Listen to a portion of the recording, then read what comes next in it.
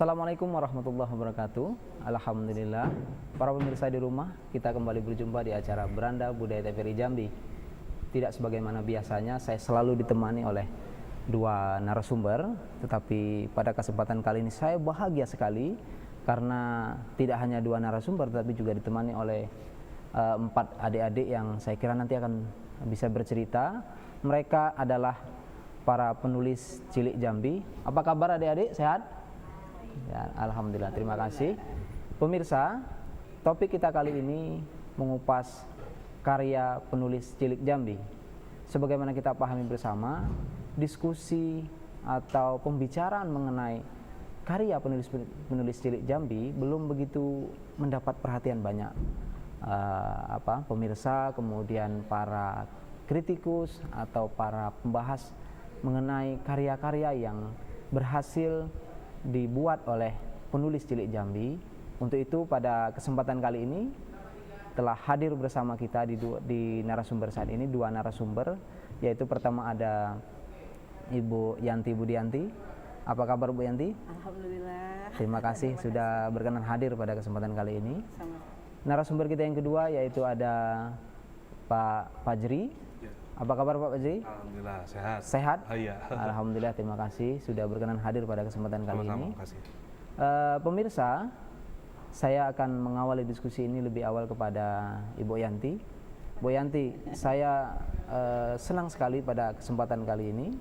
Sama-sama. Ada 5 ya, ada 5 penulis cilik Jambi. Barangkali ini perwakilan ya di antara banyak penulis lain yang tidak hanya berada di kota Jambi tapi juga ada di semua kabupaten kota.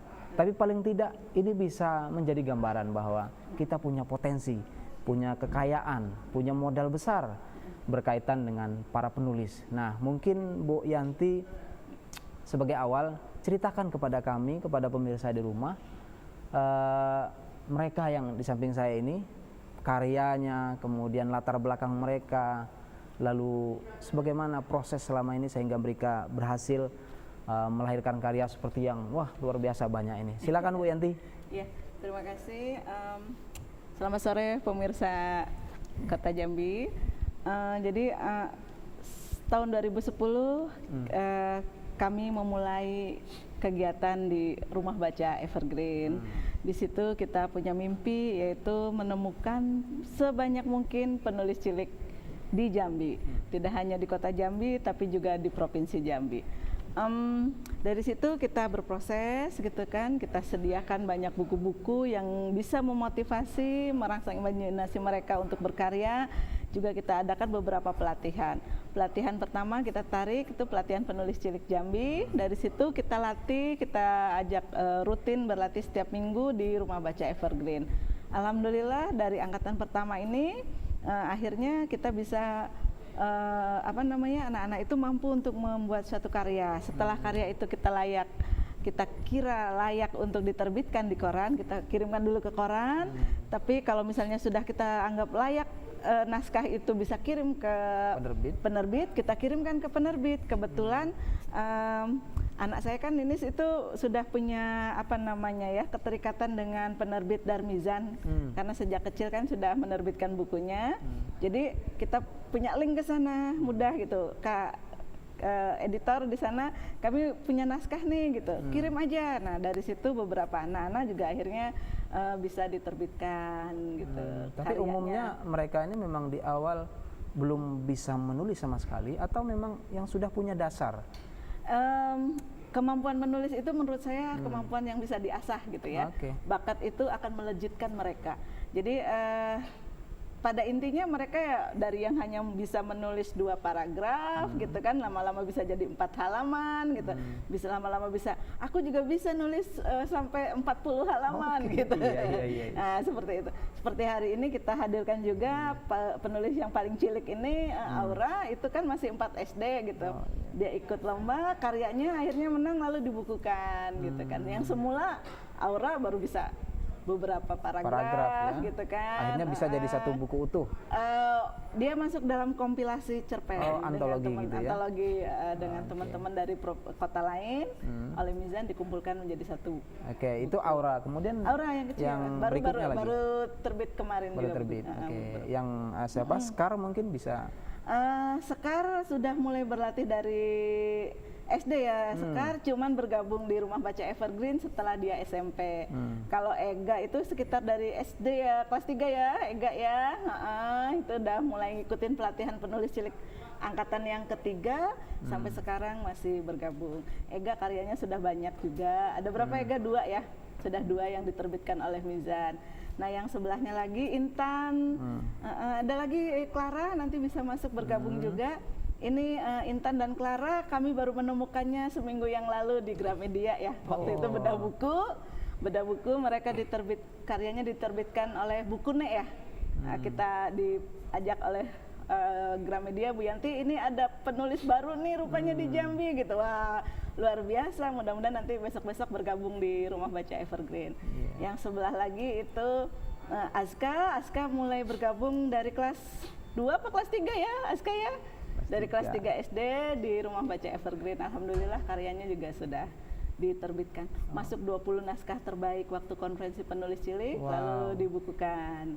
Banyak anak-anak yang lain, Kak Jomardi, dari kita yang ikut di konferensi penulis cilik, lalu naskahnya itu masuk 20 besar dan dibukukan oleh Mizan. Gitu. Umumnya mereka menulis dalam bentuk cerpen atau dongeng atau seperti apa? Banyak kita melatih itu biasanya cerpen dulu ya. Cerpen itu ternyata kalau menurut saya gitu, menurut kami cerpen itu paling mudah untuk dilatih. Meningkat lagi pantun, ada guru pantunnya itu uminya Aura gitu kan, yang ngajarin anak-anak berpantun. Lebih tinggi lagi itu menurut saya syair gitu. Sampai sekarang kami nggak sanggup Iya. untuk mengajarkannya. Seperti itulah. Baik, Mardi, kalau menurut saya. Mas Fajri, tadi Bu Yanti sudah secara baik menjelaskan kepada kita bahwa potensi besar sekali dan pelatihan terus-menerus dilakukan. Lahirlah kemudian beberapa penulis yang membahagiakan kita. Anda sebagai penerbit, kemudian tentu juga memperhatikan naskah-naskah yang masuk ke penerbit Anda yang umumnya dari Jambi. Sejauh mana Anda bisa menjelaskan berkaitan dengan tema kita kali ini, sekaligus respon Anda terhadap penulis yang luar biasa di samping saya ini. Silakan Mas Fajri. Baik, terima kasih Mas Jumardi. Jadi saya kalau lihat penulis-penulis cilik ini ya agak minder sebenarnya Bu. Ini sudah kecil-kecil ini cabai rawit nih Bu ya. Ini sangat harusnya ini memantik pelajar, mahasiswa sampai pun yang lebih dewasa agar mulai menulis saat ini gitu. Karena mereka saya sejak SD Bu ya, tadi ada kelas 4 SD sudah mulai gitu kan. Yang lain mungkin SMP Bu ya. Atau ada yang SMA. Ya rata-rata sih mereka bergabung mulai dari SD. Mulai dari SD Dan saya sangat mengapresiasi Rumah Baca Evergreen yang sudah komitmen dan continue Bu ya, mengadakan pelatihan dan penulisan gitu. Ya kami sendiri sebagai penerbit ini baru berdiri tahun 2014 pertengahan, dan itu juga kami melihat potensi di Jambi ternyata banyak penulis-penulis muda gitu kan. Cuma selama ini mungkin agak kesulitan, saya bilang agak kan, tapi ada tetap menerbitkan di luar Jambi. Mungkin untuk koordinasi mungkin tidak semudah kalau kita ketemu langsung seperti itu. Ada beberapa teman yang menyarankan nih penulis Jambi, salah satunya Bang Berlian Santosa. Waktu itu menyampaikan kepada saya, kami kan selama ini percetakan, kenapa tidak sekalian menjadi penerbit, biar memudahkan penulis-penulis Jambi untuk menerbitkan karyanya gitu. Alhamdulillah sejak 2014 sampai dengan sekarang itu ada sekitar, belum banyak sih, ada sekitar 70-an naskah gitu. Yang boleh dibanggakan adalah sekitar 30-40%-nya itu adalah masih mahasiswa. Mereka menerbitkan karya pada saat masih mahasiswa dan sampai sekarang masih gitu. Ada beberapa itu sudah memberikan 1-3 karya gitu. Artinya secara kuantitas dari tahun ke tahun mengalami peningkatan. Ya, alhamdulillah karena memang baik gitu. trennya baik, bagus itu. Semakin Kalau meningkat. untuk tingkat katakanlah mau dari SD atau SMP seperti apa? Nah, kami untuk yang SD itu terus terang saya belum banyak tahu ya, tapi kami pernah mengadakan lomba itu penulisan cerpen dan puisi antar pelajar provinsi, dan itu diikuti oleh pelajar SMP dan SMA. Dan yang mengejutkan itu juara satu itu dari SMP gitu, bukan dari SMA. Ya artinya bibit-bibit itu banyak gitu kan. Dan itulah setelah itu pemenang itu kami bukukan. Baru awal tahun lalu juga kami mengadakan lomba menulis cerpen dan esai gitu. Ini kategorinya mahasiswa dan umum gitu. Banyak yang ikut, dan ya itu membuktikan setidaknya di Jambi ternyata banyak potensi penulis. Mulai dari yang cilik sampai pun yang muda, remaja, dan mudah-mudahan nanti ini bisa meningkatkan motivasi yang dewasa juga gitu untuk menulis. Seperti itu. Ya, Bu Yanti, ini saya lihat dari segi umur mungkin berjenjang ya, dari SD, SMP, dan itu mempengaruhi kecenderungan memilih tema penulisan. Nah, barangkali Bu Yanti bisa menceritakan ke pemirsa, mulai dari yang terkecil nih, apa yang menjadi tema tulisannya, sampai nanti mungkin yang lain bisa secara menyusul Ibu jawab mungkin. Silakan Bu. Kalau tema untuk menulis ya, untuk anak-anak biasanya ya SD gitu tuh lebih sering ke tema persahabatan, tema kekeluargaan, nggak jauh-jauh sedikit petualangan gitu ya. Tapi kalau bacaan sih memang lebih sebagian malah justru banyak sekarang tuh lagi seneng baca buku yang berbau-bau misteri dan horor gitu. Iya, tapi mereka, nah kalau untuk yang sedikit dewasa, misalnya yang SMP, SMA udah mulai sesuai dengan usianya kan, mulai ABG gitu, kisah-kisah cinta monyet ya, Intan Clara ya, ke arah sana ya. Lebih ke pertemanan juga sih sebenarnya. Sudah ada belum mungkin yang SMP mungkin ya, yang mencoba mengeksplorasi lebih jauh budaya lokal Jambi? Barangkali itu sesuatu yang unik barangkali. Iya, gini, di beberapa event lomba tingkat nasional, itu ada ARKI, Akademi Remaja Kreatif Indonesia, terus ada LMCA gitu, terus ada FLS 2N gitu, itu lomba-lomba di tingkat nasional. Itu biasanya pemenangnya itu lebih yang memiliki muatan lokal, budaya lokal. Jadi saya lebih mengarahkan juga kepada mereka untuk menulis, ayo kekinian tapi muatan lokal, budaya lokalnya didukung gitu. Seperti tahun lalu ya, Aska itu kan menulis tentang kesalahan Juntai Seruni ya. Judul pasti lupa. Jadi Aska menulis tentang bagaimana sih ternyata anak SMP pada saat ada acara memakai tengkuluk gitu, lupa juntainya gitu kan, ke kiri apa ke kanan, terus teman-temannya meledaki menjadi kalau yang itu tuh udah nikah gitu, harusnya ke sebelah sini gitu ya, Aska ya seperti itu. Jadi terus yang tahun lalu tahun ini gitu, itu juga yang lolos di tingkat nasional justru cerpen yang bermuatan lokal. Untuk FLS 2N ya, kebetulan saya membina untuk TC-nya gitu, jadi juri dan menjadi TC-nya itu kita ayo muatan lokal di Tebo itu apa gitu kan. Bungo Mas, di Bungo apa? Oh mandi kayu Bu, ayo mandi kayu itu kayak apa? Ayo kita explore terus, lalu dia nulis tentang itu. Alhamdulillah tahun ini dari sekian tahun kita mengikuti Provinsi Jambi FLS 2N tingkat nasional tidak pernah dapat juara. Tahun ini alhamdulillah dapat juara 3 gitu kan. Saya bangga banget untuk yang tahun ini. Ayo budaya lokalnya kita munculkan. Jadi ternyata gitu Mas Jumardi. Cuman kalau untuk buku-buku yang disenangi oleh pasaran, namanya tuh biar laris manis, kriuk-kriuk gitu kan, banyak yang beli gitu.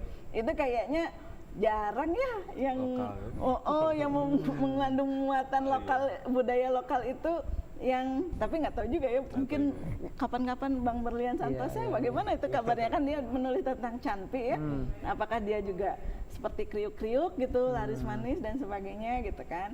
Nah seperti itulah. Tapi kalau yang selama ini saya amati, untuk buku-buku yang laris manis di pasaran itu yang lebih ke yang itu pop tadi. ya, pop culture ya, budaya-budaya yang dekat Budaya-budaya dengan anak-anak muda dengan sekarang anak-anak, mungkin ya. seperti Tapi itu.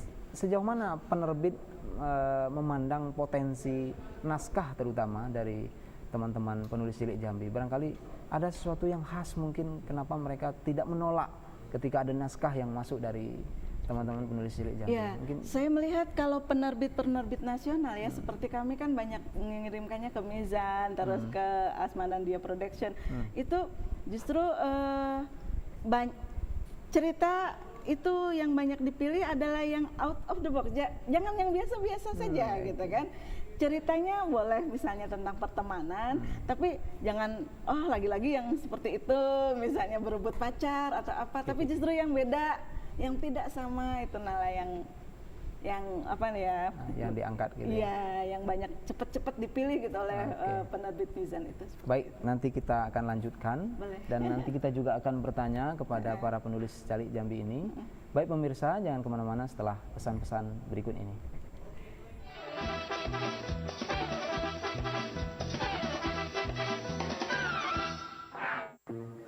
Nyobain belanja dulu ke mall. Kenapa? Iya, bukunya ini Clara sama Intan. Iya. Quality is or recipe. Sale.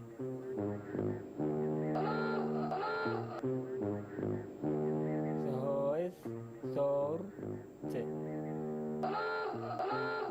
Di mana sih harus belanja?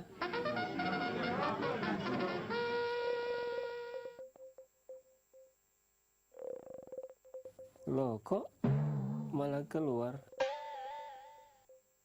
Pakailah bahasa Indonesia yang baik dan benar, biar saya tidak tersesat.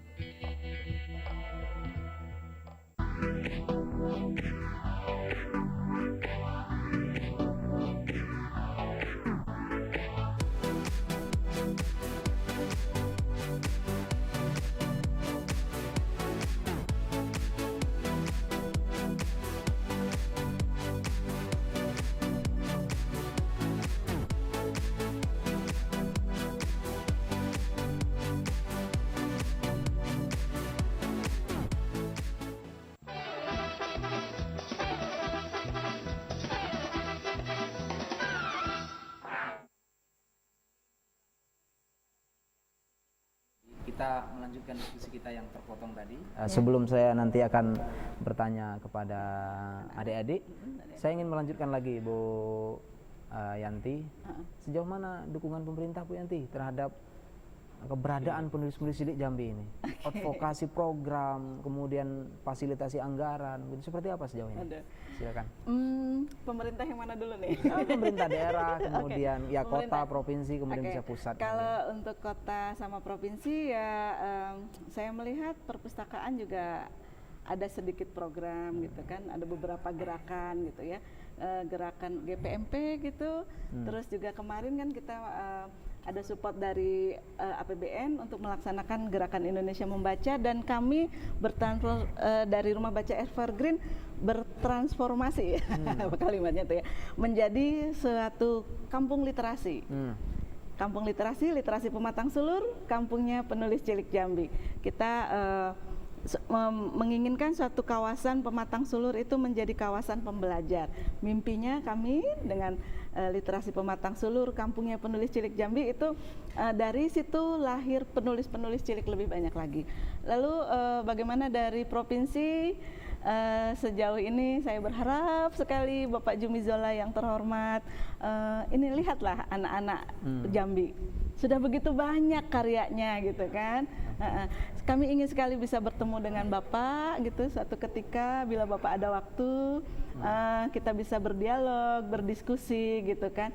Kita juga pernah mengadakan lomba menulis surat untuk Bapak Gubernur gitu. Kami ingin juga menyerahkan surat sudah itu. Selesai itunya, sudah lombanya sudah, kami sudah jadi menyajikan satu buku, kami ingin sekali menyerahkannya kepada Bapak secara langsung gitu kan.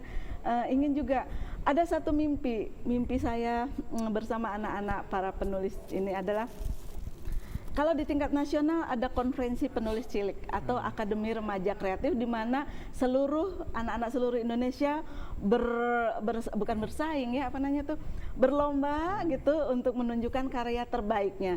Yang terbaiknya lalu dipilih menjadi finalis di ajang konferensi penulis cilik. Saya ingin kalau bisa ke tingkat nasional kan seleksinya berat gitu, maksudnya itu kan kita berseleksi ininya kan nasional. Saya ingin sekali di Provinsi Jambi ini pun diadakan konferensi penulis cilik Jambi. Jadi dari 11 ya kota kabupaten kita itu misalnya gitu kita saling berlomba betul gitu, beberapa karya sastra, cerpen, syair, puisi, pantun, dongeng gitu. Kita berlomba lalu berkumpul, Pak Gubernur gitu misalnya itu memfasilitasi kami untuk bisa menginap misalnya selama beberapa hari, kita berlomba secara kreatif. Tahun ini misalnya 60 anak aja difasilitasi. Tahun depan 60 lagi, tahun depan 5 tahun pemerintahan Bapak Zumi Zola, kita sudah menghasilkan berapa banyak anak-anak yang luar biasa gitu dari Provinsi Jambi ini. Yang ke depan menjadi apapun mereka, menjadi dokter, menjadi pengacara, menjadi apapun tapi punya kemampuan, punya skill untuk menuangkan ide-idenya, gagasan-gagasannya dalam bentuk tulisan yang baik dan benar. Itu aja mimpi. Waduh, semangat sekali. Gubernur kita ini kan ya orang yang berkecimpung di dunia kesenian. Kita berharap Bapak Gubernur bisa berjumpa, tidak hanya berjumpa ya, tapi membantu memfasilitasi kegiatan-kegiatan sehingga penulis cilik Jambi ini betul-betul bisa menambah kuantitas karya tapi juga kualitasnya. Ya, satu lagi Kak Jumardi, saya ingin sedikit betapa bangganya kami dari Rumah Baca Evergreen 3 tahun berturut-turut gitu ya di ajang tingkat nasional konferensi penulis cilik. Anak-anak dari Jambi itu selalu juara 1 3 tahun ya Umi ya, 3 tahun menjadi juara 1 pantun. Bayangkan dari provinsi lain betapa irinya mereka dengan Jambi. Loh kok Jambi lagi? Juara 1 Jambi lagi. Ada apa dengan Jambi gitu? Saya berpikir ada apa dengan Jambi? Rupanya selokol kita memang begitu kuat. Anak-anak itu punya kemampuan yang kuat untuk berpantun dan itu dalam bentuk dituangkan dalam cipta pantun gitu kan. Tidak hanya membacakan pantun tapi cipta pantun, membuat pantun lagi untuk dilombakan dan itu selalu jadi juara pertama. Ini udah 3 tahun berturut-turut gitu.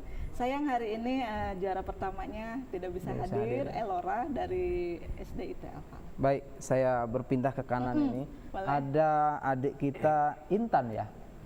Mana Intan? Oke, Intan dulu.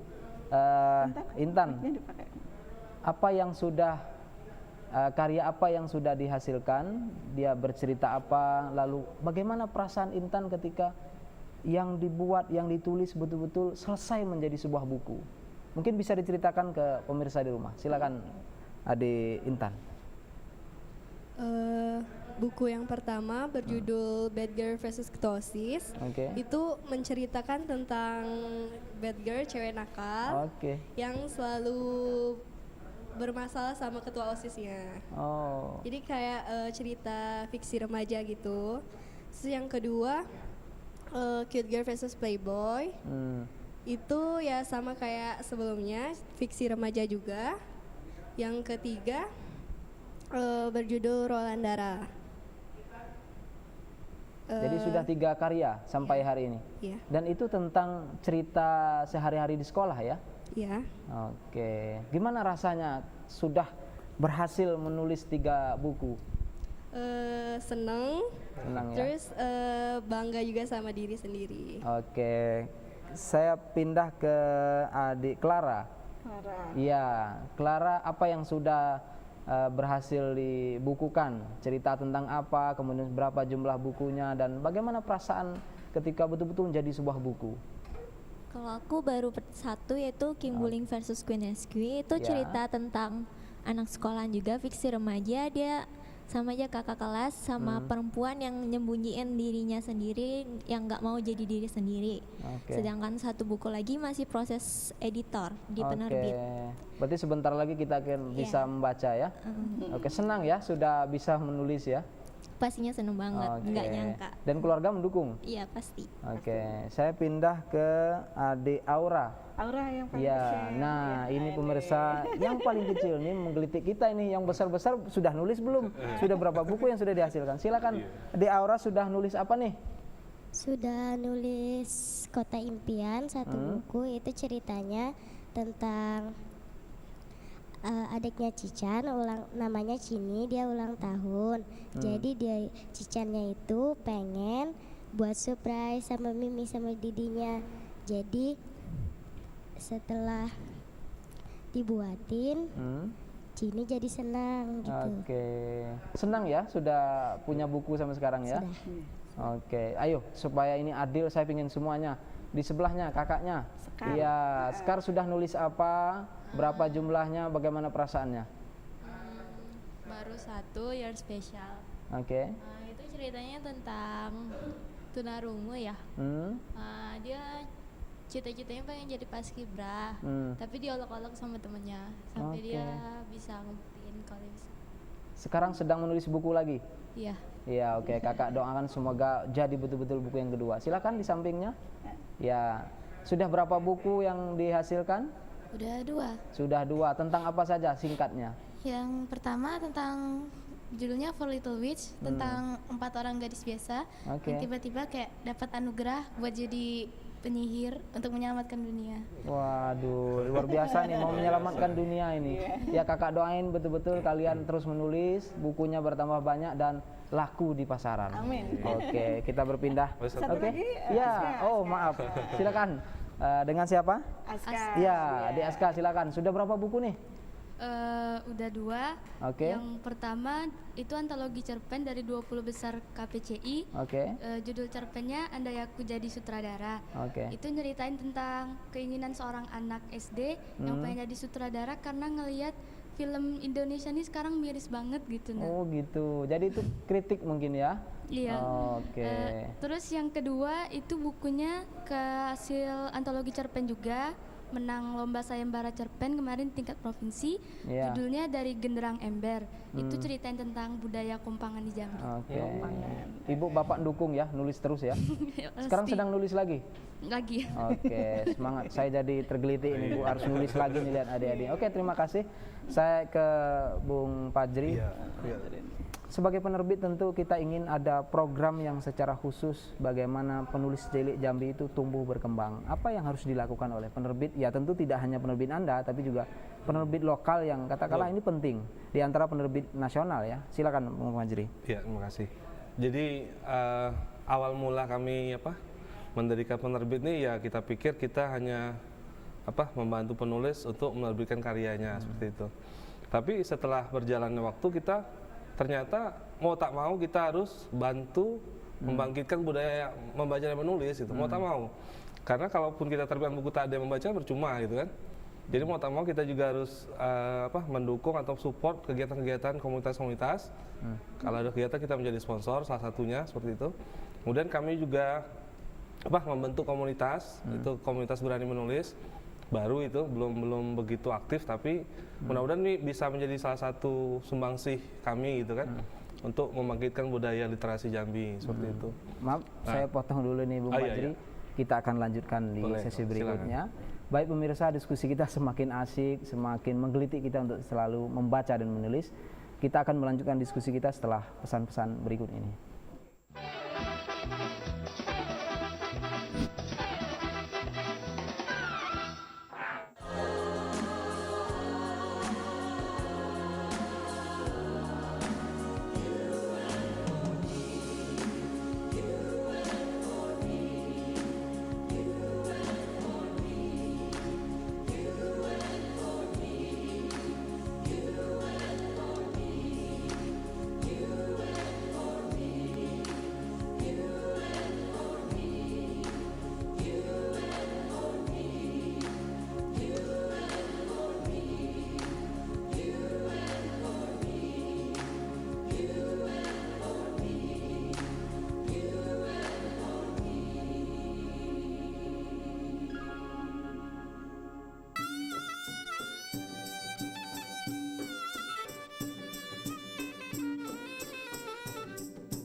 konco-konco kita, kanti-kanti kita, selamat menyaksikan.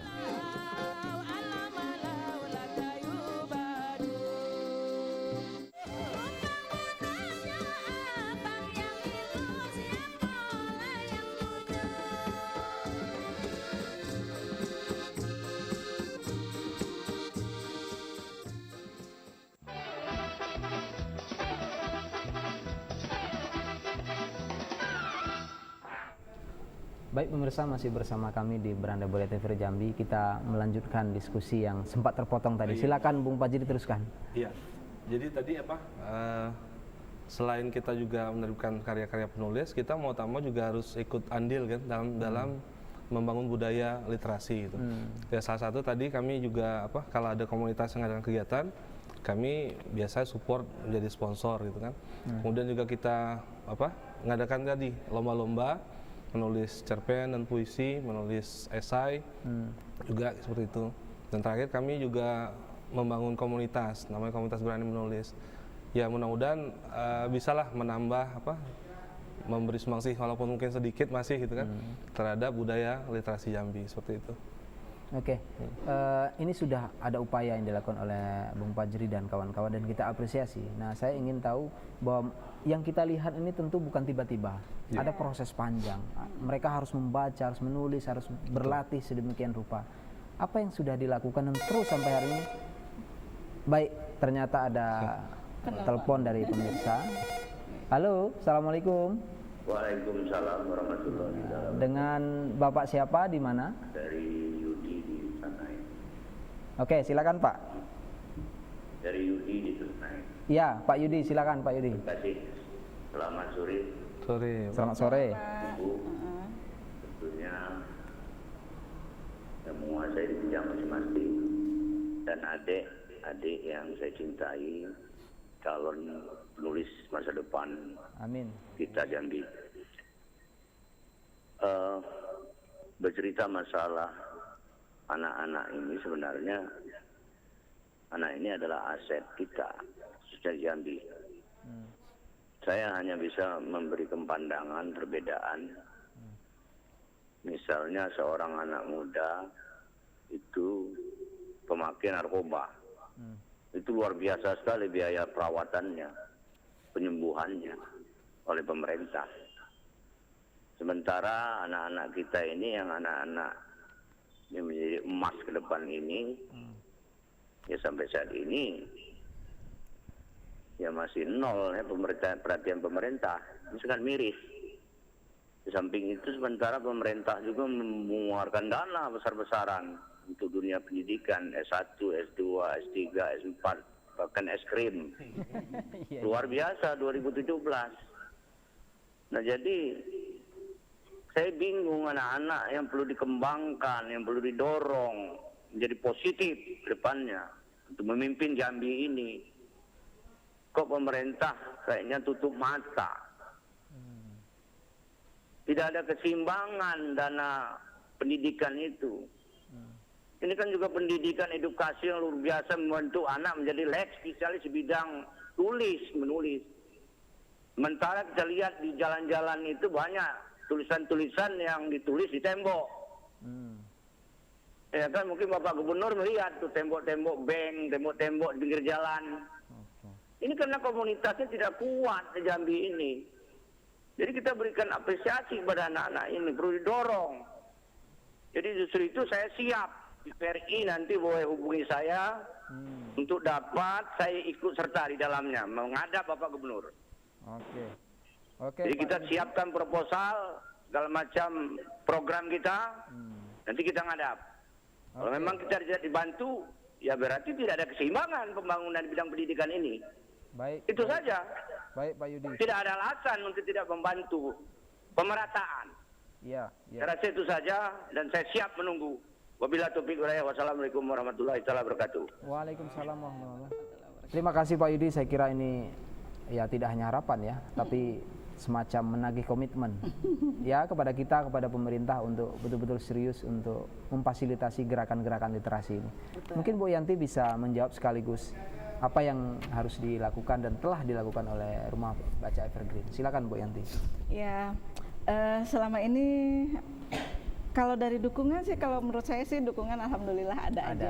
Okay. Cuman seperti Pak Yudi yang harapkan itu memang porsinya gitu kan. Nah mungkin harus lebih ditingkatkan lagi. Dukungan negara kepada kami alhamdulillah selama ini gitu. Negara ini pemerintah pusat ya? Kami banyak sekali mendapatkan, bukan banyak sekali tapi kita setiap tahun alhamdulillah selama ini ada bantuan gitu. Misalnya saya ingin sekali melatih anak-anak menjadi jurnalis cilik gitu. Saya kirimkan unek-unek saya, mimpi saya kepada bapak-bapak di Jakarta. Mereka, ayo Bu Yanti bikin proposalnya. Saya buatkan proposalnya, alhamdulillah kita dibantu. Akhirnya kita bisa bikin koran anak dan anak-anak 20 anak-anak kita latih menjadi jurnalis cilik gitu. Lalu untuk tahun ini kita juga Bu Yanti, kita di setiap provinsi ada namanya dicanangkan satu kampung literasi, satu kawasan kampung literasi. Sanggup Bu Yanti? Saya waktu itu sempat mikir-mikir dulu sanggup enggak, tapi artinya akhirnya ya kapan lagi kita bisa membantu lebih banyak lagi anak-anak gitu untuk bisa jadi penulis. Akhirnya kita nyatakan sanggup.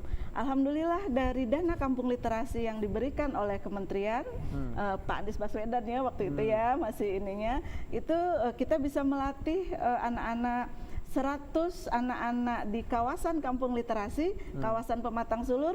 Kita ngadakan pelatihan penulis cilik, mendatangkan narasumber dari Bandung gitu, dengan gratis, dengan biaya dari kampung literasi ini, plus dengan anak-anak yang mampu juga berbayar gitu untuk mengikutinya. Jadi kita bisa 200 anak-anak waktu itu kurang lebih mengikuti pelatihan penulis cilik Jambi angkatan yang kelima.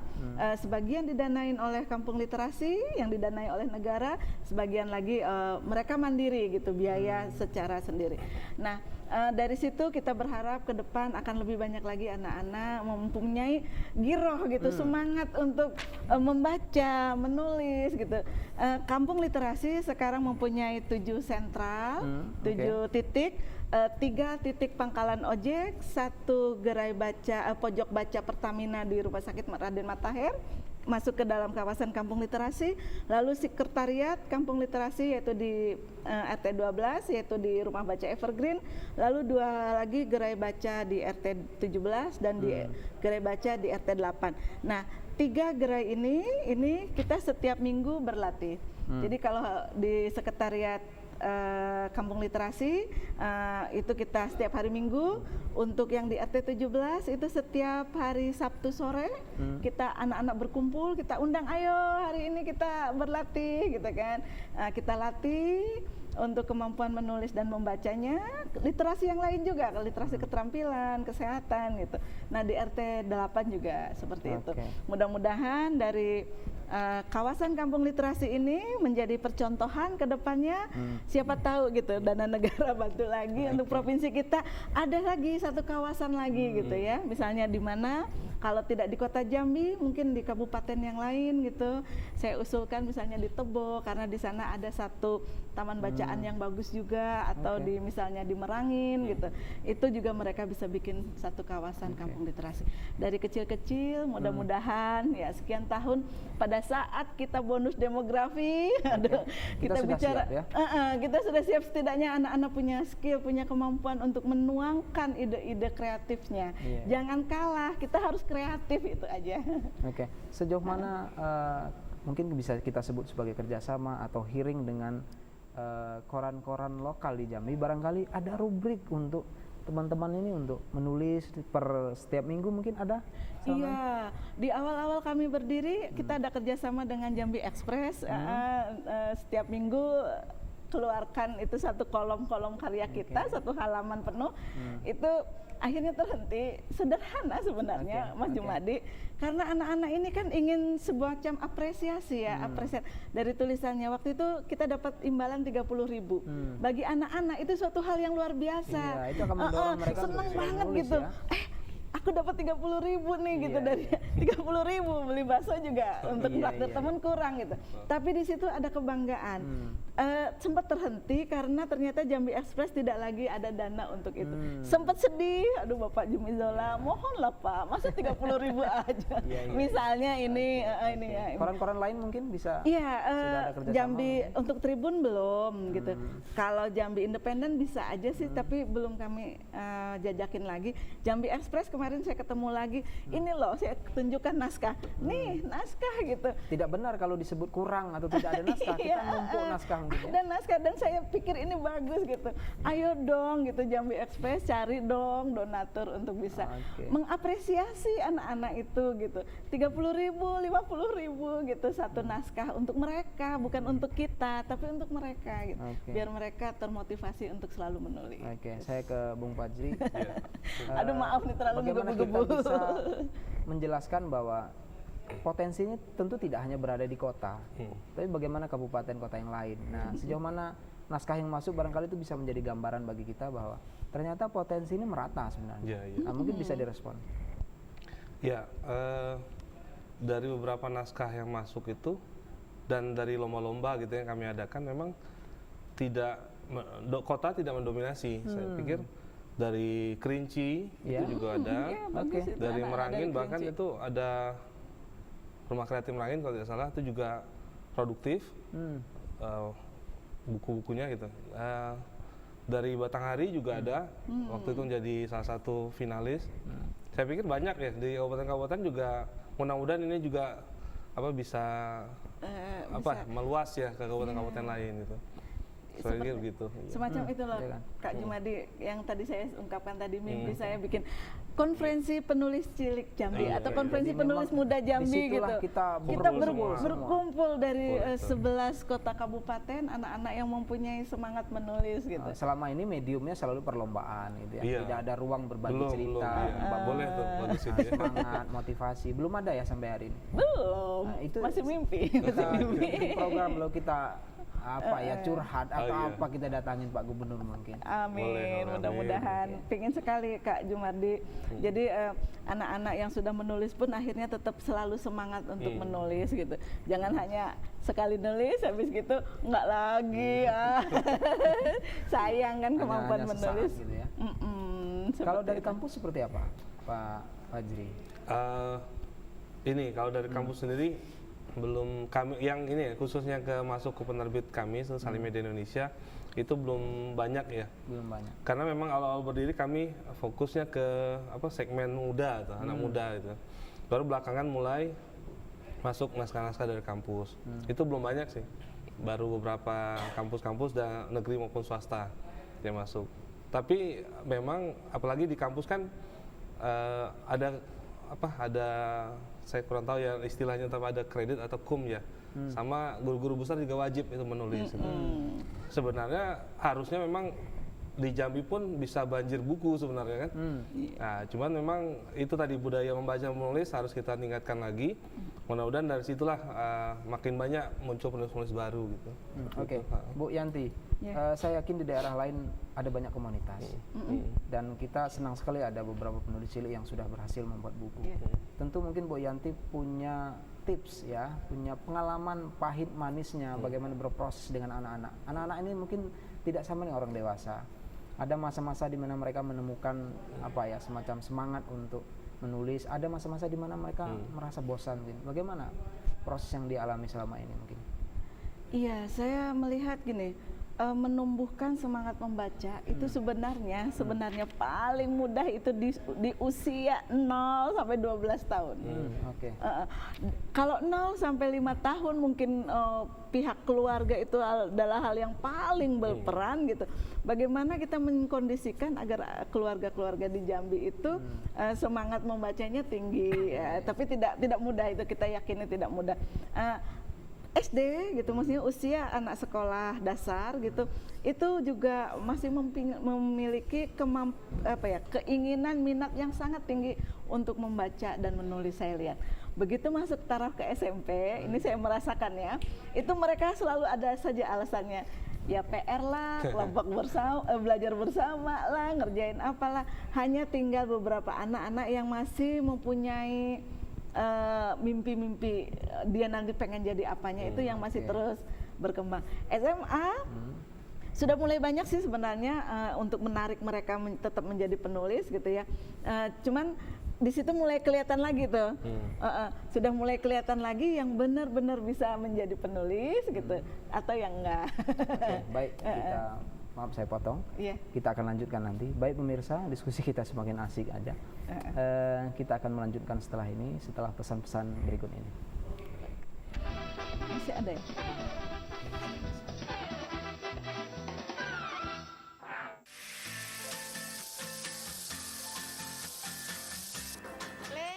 Mbak kamu ini kalau mandi airnya jangan dibuang-buang gitu. Tenang toh Bu, air kan banyak. Nanti kalau air habis gimana? Ya ora mungkin toh Bu.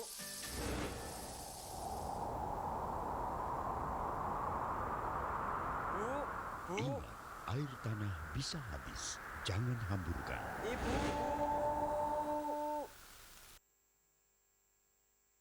Kekayaan bawah laut negeri ini tak terhingga keindahannya.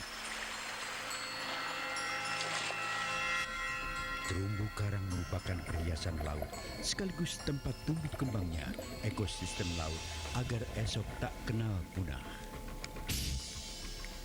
Namun kesadaran melestarikan terumbu karang sepertinya hanyalah sebuah slogan.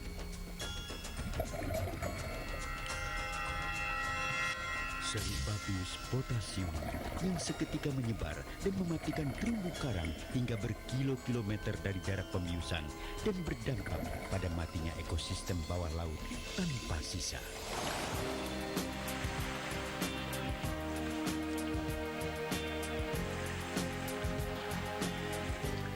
Haruskah kita menghapus keindahan itu dari mata anak cucu kita kelak? Mengambil tak harus merusak. Sebab terumbu karang adalah jejak tempat generasi esok berpijak.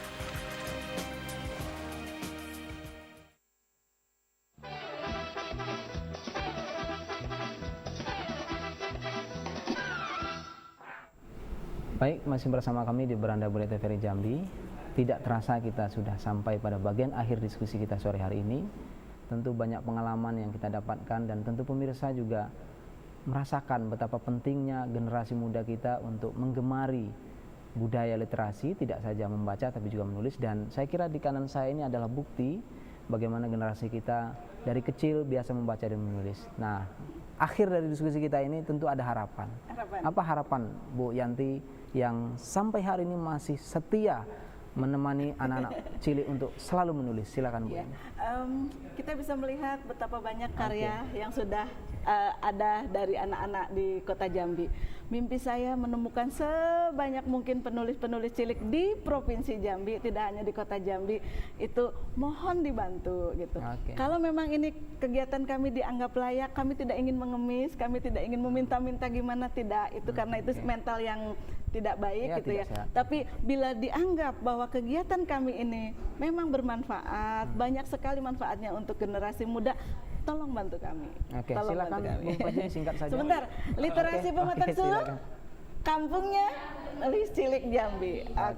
Silakan Bung Fajri diteruskan. Iya, kalau harapan kami di Sari Media Indonesia itu ada tagline-nya itu, dari Jambi untuk Indonesia.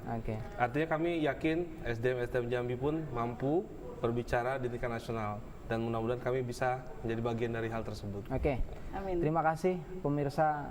Saya senang sekali pada sore kali ini ada dua pembicara yang masih menekuni bidangnya, bertungkus lumus di bidangnya untuk melahirkan penulis Jambi. Dan kakak juga berterima kasih kepada adik-adik yang luar biasa ini masih tetap semangat menulis ya. Kakak tunggu karya-karya berikutnya dan ini kebahagiaan yang harus kita share kepada pemirsa di rumah.